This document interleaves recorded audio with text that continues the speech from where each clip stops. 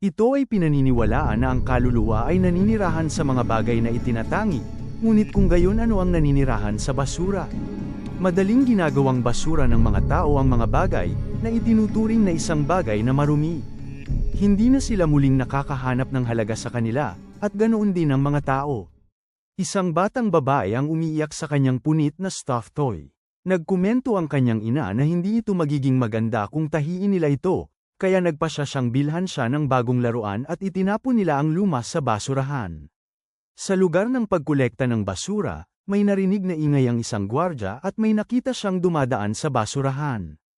Itinutok niya ang kanyang baril sa kanya at napagtanto na maaaring siya ang trash vandal mula sa mga ulat na naglalagay sa panganib sa bayan sa pamamagitan ng paglilipat ng basura sa labas. Isinaaktibo ng gwardya ang alarma at mas marami ang lumitaw na nananawagan para sa kanyang pagsuko. Pagkatapos ay itinapon ng vandal ang mga bag ng basura sa kanila at tumakas sa isang lagusan. Sa labas, ipinagpatuloy nila ang paghabol at pagputok, ngunit ang vandal ay namamahala sa pag-iwas sa lahat maliban sa isang bala na tumatama sa kanyang pagtakas. Ang batang lalaki, na inis, ay kinuha ang punit na stuffed toy at nagkomento na hindi siya vandal. Sa bayan, narinig ng isang katutubong tao ang usapan tungkol sa kaso ng trash vandal mula noong nakaraang gabi, ngunit nakakakuha din siya ng masamang tingin dahil sa kanyang hitsura. Sa slums, hinarap ni Chiwa si Rudo at pinagalitan siya sa muling pagkolekta ng basura. Ipinaliwanag ni Rudo na ang mga mayayaman ay madaling nagtatapon ng mga bagay-bagay at ang ilan sa mga bagay na yun ay magagamit pa rin. Naaawa siya sa mga bagay na yun ngunit maaari rin niyang ibenta. Lumilitaw ang ilang mga bata, na nagsimulang mangutya kay Rudo dahil sa masamang amoy niya at sa maruruming gulanit na guwantes na isinusuot niya. Wala pa ring pakialam si Chiwa na makipag-hangout kay Rudo, ngunit ipinaalala nila sa kanya na siya ay anak ng isang mamamatay tao. Ang lahat ng naninirahan sa mga slum ay nagmula sa mga kriminal, ngunit sinubukan nilang linisin ang kanilang mga pangalan. Gayunpaman, pinatay ng mga magulang ni Rudo ang mga tao at sinira ang lahat. Nagalit si Rudo at binigyan sila ng masamang tingin, dahilan para tumakbo ang mga bata, ngunit nagkomento sila na magiging mamamatay tao rin siya balang araw. Hinikayat ni Chiwa si Rudo at sinabi sa kanya na hindi siya katulad ng kanyang mga magulang. Napansin niya ang cute na stuffed toy na inayos ni Rudo at pinupuri siya nito sa kanyang trabaho. Sinabi ni Rudo na ang laruan ay hindi ibinebenta at nais niyang ibigay ito kay Chiwa ng libre. Gayunpaman, sa sandaling iyon ay nagpakita ang kanyang ina at umalis si Chiwa. Pag-uwi, kinukutya siya ng katutubong tao, si Regto, sa sinabi niya kay Chiwa, ngunit pinayuhan siya na ipahayag ang kanyang sarili ng mas malinaw. Inilabas ni Regto ang pangungulekta ng basura at sinabi kay Rudo na dapat niyang ipaubaya sa kanya ang perang kinikita. Bagamat hindi sila magkadugo, kinuha ni Regto si Rudo at pinalaki, kaya kahit papaano ay gustong magpasalamat ni Rudo. Napansin tuloy ni Regto ang sugat ni Rudo at gusto niya itong tagpi. Sinabihan siya ni Regto na ihinto ang pagpunta sa lugar ng pangungulekta ng basura, ngunit ang komento ni Rudo ay gasgas lamang ang kanyang sugat at walang halaga kung ikukumpara sa mga peklat sa kanyang mga kamay na iniwan ng kanyang mga magulang.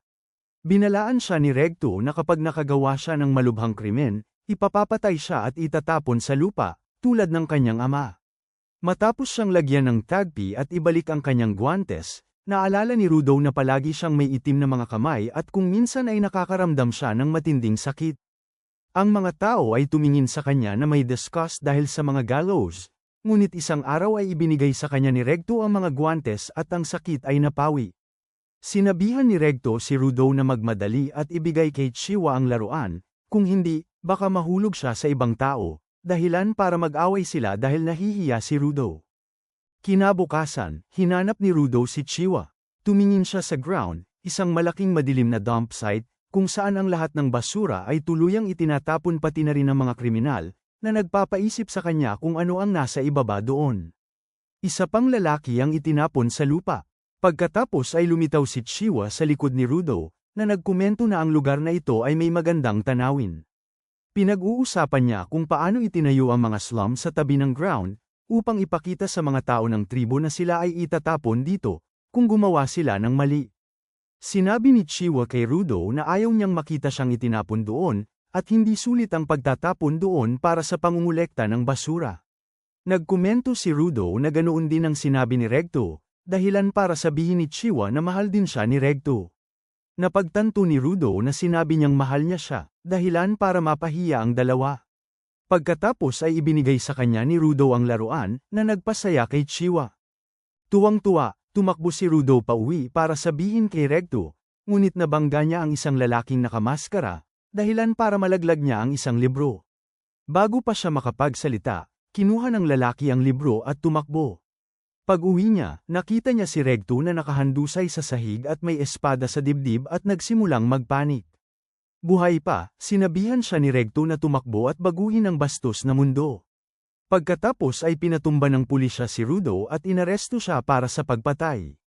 Sinubukan ni Rudo na sabihin na hindi siya yun at buhay pa si Regto, ngunit namatay na si Regto, at hindi pinaniwalaan ng mga pulis si Rudo dahil balot siya sa kanyang dugo. Kumakalat ang tsismis na mamamatay tao si Rudo. Pagkatapos ay hinatulan ng kamatayan si Rudo dahil sa pag-aalis ng basura, pagdumi sa mga lansangan at pagpatay sa isang tao. Hindi makapaniwala si Rudo na nangyayari ito. Habang nakatingin siya sa karamihan, nakita niya si Chiwa. Mukha siyang dismayado at nagkomento na nagtiwala siya sa kanya, ngunit sa huli, siya ay tunay na anak ng isang mamamatay tao at binitawan ang larwang iniregalo niya sa kanya. Habang sumisigaw ang mga tao na itapon ng dumi sa lupa, sinabi ni Rudo na sila ang marurumi, na walang sariling kalooban at walang kakayahang makita o marinig ang katotohanan. Nakita tuloy ni Rudo ang lalaking nakamaskara kanina. Habang siya ay ibinagsak sa lupa, sumigaw siya na papatayin niya silang lahat. Nagising si Rudo sa tambak ng basura. Tumingin siya sa paligid at nakita niya ang isang malaking hayop sa likuran niya. Sa lupa, nagtataka si Rudo kung ano ang mga kakaibang basurang nilalang na humahabol sa kanya. Nang ang isa sa mga nilalang ay pumutok ang mga panga nito patungo sa kanya ay gamulong siya palayo at nagkataon na nadiin ang isang bungunang tao na nakahandusay sa lupa. Takot at galit na galit, sumisigaw siya at minumura ang mga taong naghulog sa kanya sa hellscape na ito. Kapag sinubukan niyang umakyat sa tambak ng basura, nadadapa siya at nahuhulog sa tumpok ng dumi. Napansin niyang nakakalaso ng hangin sa lugar na ito at kailangan niyang tumakas sa isang lugar bago bumigay ang kanyang baga. Ngunit nagsimula siyang samuka ng dugo, sinusumpa ang kanyang sarili para sa kanyang kawalan ng kakayahan. Muling tinahak ng mga nilalang ang nanghihinang si Rudo ngunit nang mawala na siya ng malay ay nag-hallucinate siya at nakita ang naghihingalong katawan ni Regto sa tabi niya na nakatitig sa kanyang mga mata. Biglang naalala ni Rudo ang mga bagay na dapat niyang gawin bago siya mamatay, ang bugbugin ang mga taong bumukas at minamaliit siya hanggang mamatay. Sa bagong tuklas na layuning ito, kumukuha siya ng tubo mula sa basurahan at sinisingil patungo sa mga nilalang. Mula sa malayo, isang taong nakamaskara na nakaupo na may payong sa ibabaw ng tambak ng basura ay nanunood ng laban sa pamamagitan ng binocular. Inihagis ni Rudo ang kanyang tubo patungo sa isa sa mga lalamunan ng nilalang at sinubukang makapunta sa gilid nito ngunit pinasabog siya ng nilalang gamit ang mga paa nitong gawa sa basura. Muling bumangon si Rudo sa pagkakataong ito na may malawak na plato sa bubong at kasabay ng dagendong ay nagawa niyang laslasin ang nilalang. Ngunit sa sandaling hinayaan niya ang kanyang pagbabantay ng kaunti ang mga nakakalat na piraso ng nilalang ay nagsimulang magtambak sa isa't isa muli at bumaril patungo sa kanya. Nakahiga, nang imulat ni Rudo ang kanyang mga mata, nakita niyang nakatayo sa harapan niya ang misteryosong nakamaskara na may hawak na payong sa kanilang dalawa. Marahas na sinipa ng taong nakamaskara si Rudo na naging sanhi ng pag-ubo nito at pilit na nilagyan ng maskara ang kanyang mukha, na nagbigay daan sa kanya upang sa wakas ay makahinga muli ng malaya. Nagsimulang magtanong si Rudo tungkol sa taong nakamaskara at sa mundong ito sa ilalim ng lupa ngunit sinabihan siya ng tao na tumahimik sa mahinang boses. Sinimulan siyang sigawan ni Rudo dahil sa hindi malinaw na boses nito at sa wakas ay natigilan ang lalaking nakamaskara. Ang lalaki ay sumisigaw sa kanyang mukha na ito ay hindi sa ilalim ng lupa ngunit ang ibabaw kung saan itinapon ng Sky People ang kanilang mga basura at ang mga basurang nilalang na kilala bilang aberrant beasts ay hindi maaaring talunin ng isang normal na armas. Matapos sisihin si Rudo sa naging dahilan ng kanyang kaguluhan, tinuon niya ang kanyang payong at nagsimulang maglabas ng enerhiya mula rito. Nang mabuksan niya ito, Ang payong ay naging isang sandata na handa sa labanan na may mga talim na tumubo mula sa mga tadyang at isang spearhead mula sa dulo. Pinahihit ng lalaki ang hawakan patungo sa isang maniningil na hayop at pinuputol ito sa loob ng ilang sandali. Namangha si Rudo sa kakayahan ng lalaki at sa kakaibang payong habang pinagmamasdan ang mga hayop na isa-isang pinapatay. Nagsimulang maniwala si Rudo kung makakamit niya ang kanyang kapangyarihan, kaya niyang alisin sa itaas ang mga taong kanyang kinamumuhian. Tinanong niya ang pagkakakilanlan ng lalaki at sa wakas ay tinanggal ng lalaki ang kanyang mala-helmet na maskara upang ipakilala ang kanyang sarili bilang si Engine, isang karaniwang janitor, bago nagreklamo tungkol sa baho at mabilis na ibinalik muli ang kanyang kasuutan sa ulo. Hinihiling ni Rudo na sabihin sa kanya ng Engine ang lahat tungkol sa kapangyarihan na nakita niyang ginamit niya at ang mundo ng ground. Hindi pinahahalagahan ang ipinapakitang saloobin. Sinabi ng janitor kay Rudo na ituturo niya sa kanya kung ano ang pakiramdam ng mabuhay sa mundong ito, at ibinaba siya sa tila isang truck stop. Dito ay nakatagpo ni Rudo ang isang grupo ng mga misteryosong lalaking nakamaskara na kinikilala ang kanyang pananamit at tinuturing siyang isa sa mga taong Sky. Inamin ni Rudo na nahulog siya mula sa langit, na naging dahilan upang ang mga lalaking nakamaskara ay ilantad ang kanilang mga sarili sa pananabik nang magsimula silang kaibiganin si Rudo at sinimulang tanggalin ang kanyang mga tanikala. Napag-alaman na ang mga lalaking ito ay mga human trafficker, at gustong ibenta si Rudo sa mataas na halaga dahil sa pagiging Sky person. Tinutuya siya ng mga lalaki at ang kanyang pinagmulan, habang ipinapaliwanag na ang mga tao sa ground ay napupuot sa mga Sky people dahil sa lahat ng basurang itinatapon nila araw-araw. Patuloy na kinukutya ng pinuno ng grupo si Rudo at pilit pa itong pinipilit na kumain ng basura. Sa halip, kinakagat ni Rudo ang laman at kalamnan mula sa mga daliri ng pinuno sa galit, pagkatapos ay sinimulang kainin ang basurang pagkain na nagsasabing, hindi basura kung maaari mo pa itong kainin. Ang pagkakataong ito ng pagkakanulo ay nagbukas sa nakatagong kakayahan ni Rudo na naging dahilan upang palitan niya ang mga kadena at isang gulong sa mga sandata para salakayin niya ang mga human trafficker. Tinawag ng pinuno ng grupo si Rudo na isang giver na nagpapahiwatig ng kanyang kakayahang baguhin ang mga bagay na kanyang hinawakan. Nagsama-sama ang mga trafficker upang subukang ibagsak si Rudo ngunit madali niya itong natalo. Pinapanood ng makina ang pagtatagpo sa isang burol na nagpapakita ng pananabik sa kapangyarihan ni Rudo, habang ang pinuno ng grupo ay natatakot para sa kanyang buhay. Bago pa maibigay ni Rudo ang pangwakas na suntok ay tumalon si Engine at pinigilan siyang ibalik siya sa kanyang katinoan.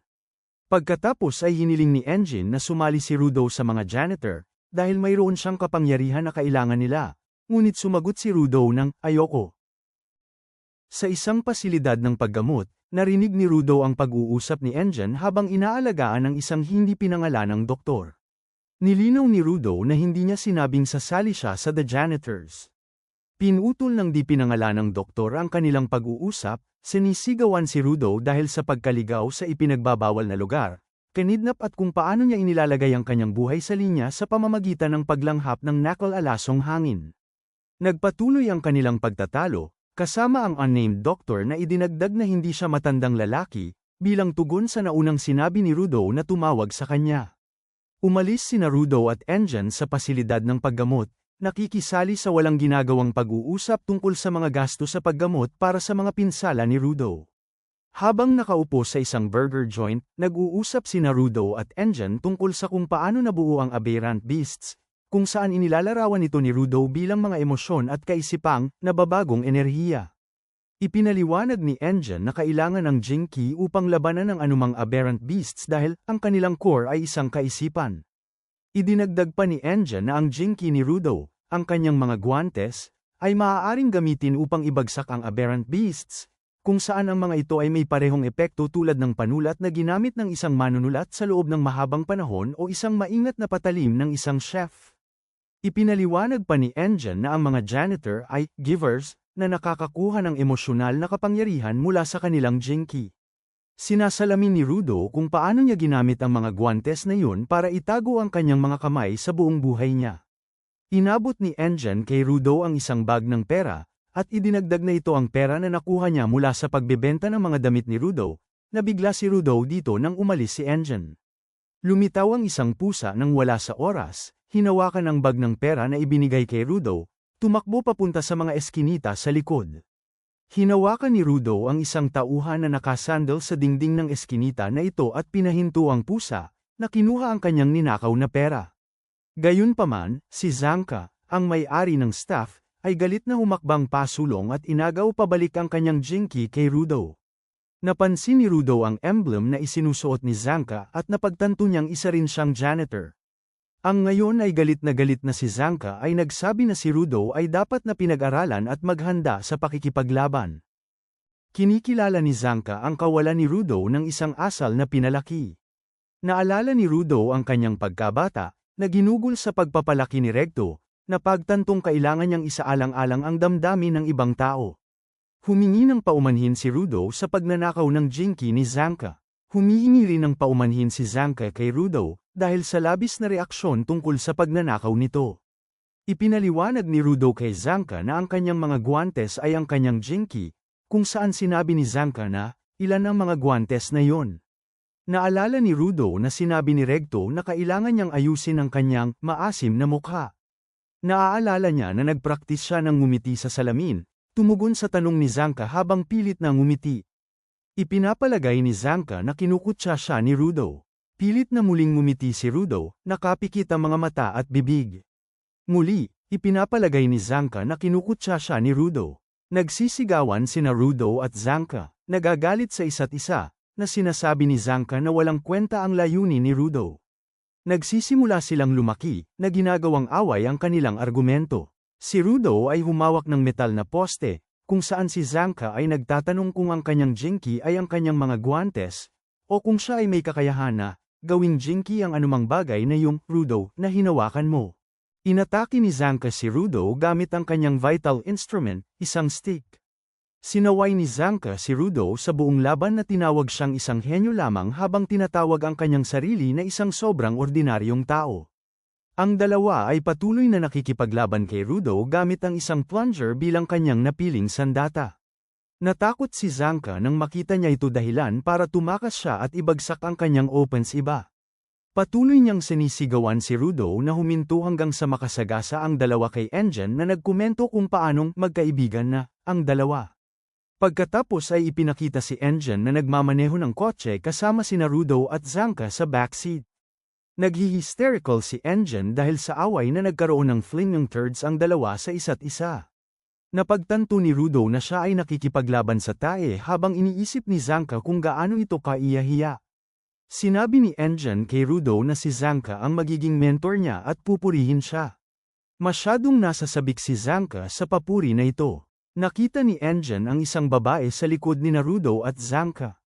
Tinawag niya itong Ryo habang sinisimulan niyang tanungin si Rudo tungkol sa buhok nito habang hinahawakan ito. Dumating sina Engine, Ryo Reaper, Rudo Sherbrek, at Zanka na Jiko sa Cleaner's headquarters. Nakita nila si Simu Greer na kumakain ng pagkain sa receptionist desk. Nagpaalam sina Ryo at Zanka kay Rudo sa ngayon habang sinabi ni Engine kay Rudo na kailangang tingnan siya ni Simu. Sa gitna nitong si Simu ay sinasaksak ng dalawang langaw ang kanyang tinidor sa harap ng mukha ni Rudo. Sinabi niya na narinig niya ang tungkol sa kanya mula kay Engine at gusto niyang makita ang kanyang potensyal. Inilalarawan ni Engine ang kanyang vital instrument na siyang mga salamin niya na nagbibigay daan sa kanya upang makita ang tunay na ugali ng isang tao. Ginagamit niya ang mga ito kay Rudo at nakita niya ang isang static at madilim na kawalan na kapansin-pansing kumikislap sa paningin. Iniiwasan niyang pag-usapan ito at nagsimulang ilarawan kung paano nagkaroon si Rudo ng hindi kapani-paniwalang pisikal na lakas at pagkakasundo sa kanyang mahalagang instrumento. Gayunpaman, sinasabi niya na kailangan niyang matutunan kung paano kontrolin ito dahil hindi ito sapat na matatag. Para matapos na ito sinabi niya kung paano nagkaroon ng tae si Rudo sa kanyang leeg dahilan para matawa si Engine at sinabing yun ang dahilan kung bakit umaaligid sa kanila ang mga langaw. Nagpaalam si Engine kay Simu na pupuntahan niya ang amo. Sa kanilang pagpunta roon, inilarawan ni Engine ang sistema ng mga tagapaglinis kay Rudo, sinasabi na mayroong mga 100 sa kanila at kung paano sila nakategorya sa mga combatant, guards, at supporters. Dinala niya si Rudo sa isang silid kung saan mayroong malaking pagtitipo ng mga tagapaglinis, ngunit pagkatapos ay isinara ang pinto na nagsasabing napakarami. Dumating sila sa silid ng amo kung saan hiniling ni Engine kay Rudo na sabihing magiging tagapaglinis siya at tinuruan si Rudo kung gaano kahalaga ang impormasyon. Sinabi niya na huwag magtanong sa boss tungkol sa mahahalagang instrumento at walang sino man sa mga tagapaglinis ang nakakaalam kung anong mahahalagang instrumento ang mayroon ng amo. Sinabi ni Engine kung paano sa kabila nito ay ginagalang pa rin nila ang amo. Binuksan ni Engine ang pinto at nakita si Simyo sa loob. Sinabi niya na ang boss ay nasa isang business trip at hindi babalik sandali. Nagalit si Rudo kay Engine dahil gusto niyang makilala ang amo, ngunit pumasok si Ryo sa silid at sinabing dapat obserbahan ni Rudo ang mga cleaners sa isang misyon bilang isang apprentice. Hindi nagtagal ay pinutol nito si Simyo na nagpapaliwanag ng mga detalye ng misyon na sinasabi niya na ang mga residente ng isang bayan malapit sa isang polluted zone.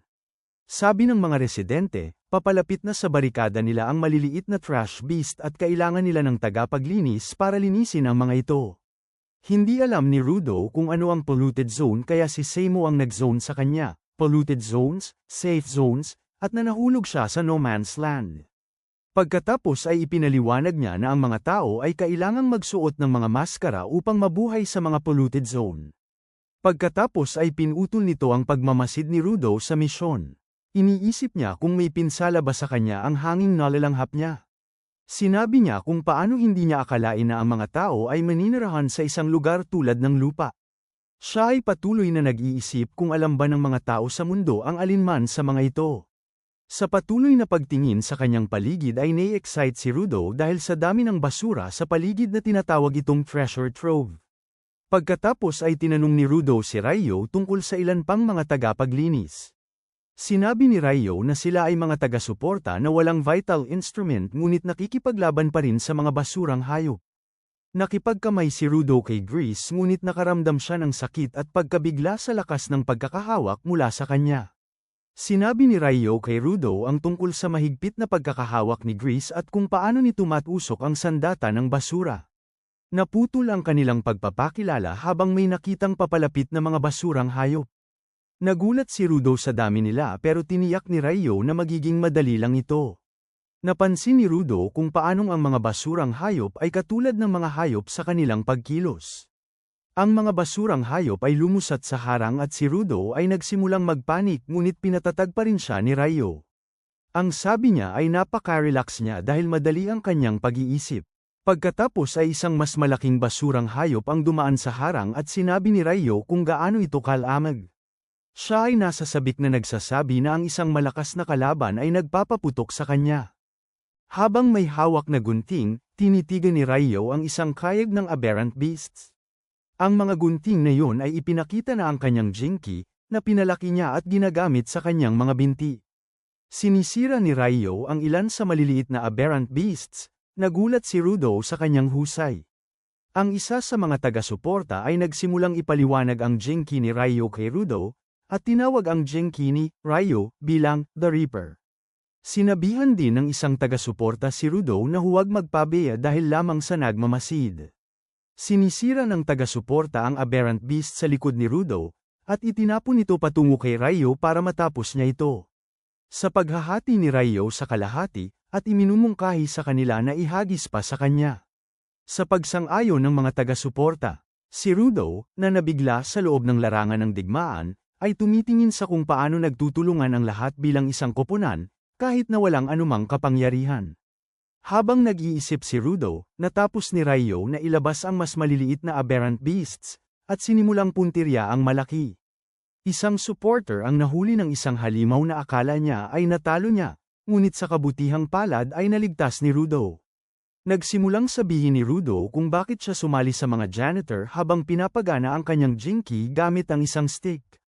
Ang stick ay nagsimulang lumikha ng isang web pattern sa paligid ng hayop at Rudo. Sa kasamaang palad, napagtanto ni Rudo na hindi niya alam kung paano gamitin ang kanyang kapangyarihan. Habang nagkakaroon ng panloob na monologo, iniligtas ni Ryo si Rudo at ang taga-suporta. Pinupuri si Rudo sa kanyang mabilis na pag-iisip at pagkilos. Dumating ang ibang taga-suporta at humingi ng paumanhin sa pagpapabeya sa kanyang pagbabantay, at tinanong si Ryo kung tapos na ba siyang maglinis. Sumagot siya na pinutol niya ito sa kalahati, ngunit hindi ito mawawala. Si Rudo, Ryo at ang iba pang mga janitor ay nagpatuloy sa kanilang pakikipaglaban sa higanteng aberrant beast at napagtanto na hindi ito apektado ng kanilang Jinky. Binanggit ni Ryo na ang mga vital point ng aberrant beasts ay kapareho ng isang buhay na nilalang kaya ang paghiwa niya nito sa kalahati ay sapat na para mapatay ito. Si Ryo ay hindi nababagabag sa sitwasyon at nagpasya na ipagpatuloy ang pagputol nito hanggang sa ito ay tumigil sa paggalaw. Sinabi ng isa sa mga supporter janitor na i-record nila ito bilang isang bagong uri at magpapadala ng mga babala sa mga nakapaligid na bayan. Pakiramdam ni Rudo ay wala na siyang maitutulong. Ipinagpatuloy ni Ryo ang pagputol ng aberrant beast kasama ang kanyang Jinky at napansin niyang may kumikinang sa loob nito. Ang hayop ay umatake na lumikha ng mga bitak sa lupa na naging dahilan upang mahulog si Rudo. Habang siya ay nahuhulog, iniisip niya kung paano siya makakapaghiganti sa mga tao sa itaas kung hindi niya magagamit ang kanyang Jinky. Nahuli siya ng supporter janitor at hinayla siya at sinabing, kung may gusto kang gawin bago mo pa magawa. Tumakbo ka. Nagsimulang sumigaw ang aberrant beast habang inaatake ito ni Ryo na nagpapahiwatig sa kanya na ito ay may mahinang lugar. Isang huling suntok ang ginawa niya at bumagsak ang halimaw. Sinabi niya na kapag natusok niya ang isang bagay ay namatay ito. Ito pala ay pinalakas ng isang Jinky kaya nag-iisip sila kung paano yun naging posible. Dito muna natin tatapusin ang chapter 1-10, at kung nagustuhan nyo ang ating Tagalog recap ay huwag kalimutan mag-like at subscribe sa ating channel na Freaks Tagalog Manga at Manhwa dahil napakilang tulong na yan para mas ma-inspire pa tayong gumawa ng ganitong content.